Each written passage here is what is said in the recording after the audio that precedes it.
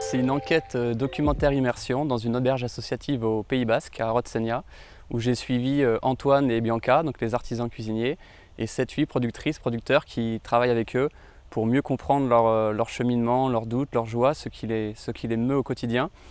Et il y a 2 objectifs dans le livre, qui est sur le format du journalisme littéraire, c'est-à-dire de prendre les codes du roman, de la fiction, pour l'adapter au récit et que les gens puissent s'identifier et que le récit soit incarné. Le premier objectif, c'est déjà de mettre des visages sur les gens qui nous nourrissent, parce qu'on s'est complètement déconnecté de notre alimentation. On ne sait plus d'où viennent les produits que l'on achète au supermarché, et surtout on ne se pose même plus la question, et de rendre leur humanité à ces gens qui, pour la plupart d'entre eux, et c'est notamment le cas d'Antoine et de plusieurs productrices et producteurs que j'ai suivis, pour la plupart d'entre eux se sacrifient pour bien nous nourrir. Et le deuxième objectif, c'était de donner des solutions concrètes pour essayer de renouer avec l'autonomie alimentaire, donc c'est-à-dire la part de ce qui est consommé localement dans notre production. L'auberge associative est l'une des solutions pour renouer avec l'autonomie alimentaire. L'auberge questionne notre modèle alimentaire et questionne la raison d'un restaurant. Qu'est-ce qu'un restaurant? Et pour Antoine et Bianca, c'est un lieu nourricier vivant où on vient nourrir son estomac, mais aussi nourrir son lien aux autres. La première question à se poser, c'est demain, s'il y a une rupture d'approvisionnement sur la chaîne alimentaire, qu'est-ce qui se passe? C'est-à-dire que s'il y a une grève des raffineries, s'il n'y a plus de pétrole, s'il y a une pandémie comme il y a eu il y a 3 ans, s'il y a une cyberattaque, s'il y a une guerre comme on le voit en Ukraine, comment on se nourrit? Et on voit que très vite, ça peut être le chaos, que l'autonomie alimentaire des 100 plus grandes aires urbaines en France, c'est 2%. Donc 98% de ce qui est consommé à Bordeaux vient de l'extérieur, d'autres régions et de l'international. On est devenu intolérant à la frustration. On est dans des sociétés d'abondance, même s'il faut nuancer, parce qu'il y a quand même 10 millions de situations de gens en situation de précarité alimentaire en France. Et donc on se rend compte que le système alimentaire peut très vite s'écrouler. Et la sécurité alimentaire, c'est ça, c'est la capacité d'un territoire à se nourrir en niveau local, en fait.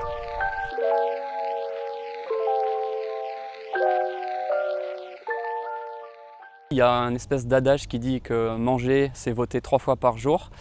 Donc je souscris à cet adage.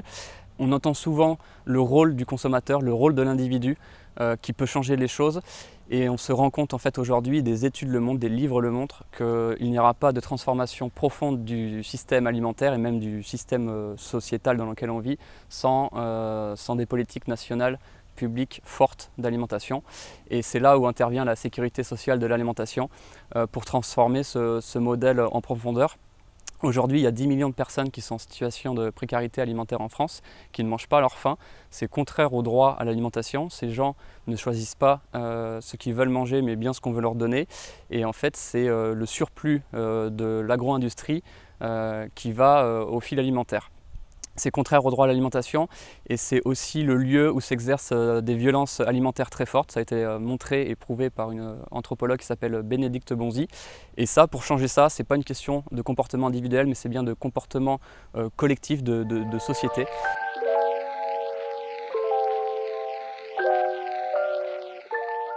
Chef, en fait, quand on regarde l'étymologie et l'histoire, ça vient du domaine militaire, comme les brigades en cuisine.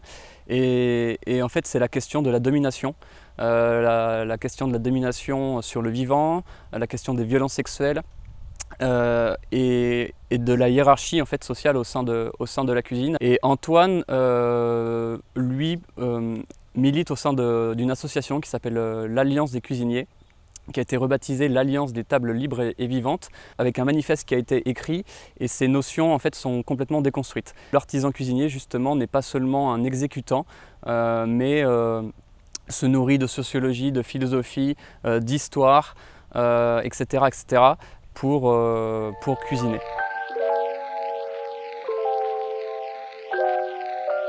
Donc ici on est sur la ferme Pietometti, donc c'est 3 associés, Pierre, Étienne et Thomas, qui sont en maraîchage bio, et ça a du sens pour moi parce que Ils proposent justement des légumes faits localement et consommés localement sur des AMAP à Pau, donc à une quinzaine de kilomètres, mais aussi directement à la ferme. Et c'est très important aussi pour moi parce que j'ai une amie, Anaïs, qui est paysanne boulangère et qui vient faire son pain ici et qui le vend directement chez elle ensuite 2 fois par semaine. Et donc je lui achète son pain fait à la ferme avec des farines locales qui viennent du 64, donc des Pyrénées-Atlantiques. Et ce lieu est aussi important pour moi parce que derrière on voit les montagnes. Et je me suis installé en Vallée d'Ossau il y a 3 ans maintenant. Et les montagnes, c'est presque viscéral.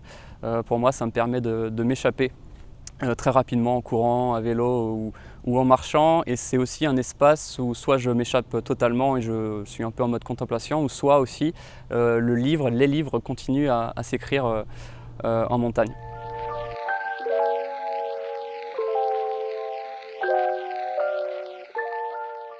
Le message que je voudrais faire passer, c'est émancipez-vous. La situation politique aujourd'hui en France, elle est très compliquée, très tendue. C'est la même chose au niveau mondial, avec les guerres, avec le réchauffement climatique. Et la question que je me suis posée depuis de longues années et que je sais que beaucoup d'entre vous vous posez, c'est comment on peut sortir de ça. Et je crois que la seule réponse, c'est d'essayer de faire marcher, entre guillemets, notre raison. Donc jamais cesser de penser, de lire, déguiser votre esprit critique. Et là, typiquement, tout ce que je viens de vous dire dans cette petite interview, questionnez-le, interrogez-vous, pourquoi vous pensez que c'est vrai, pourquoi vous pensez que c'est faux. Allez chercher les sources, il y en a plein.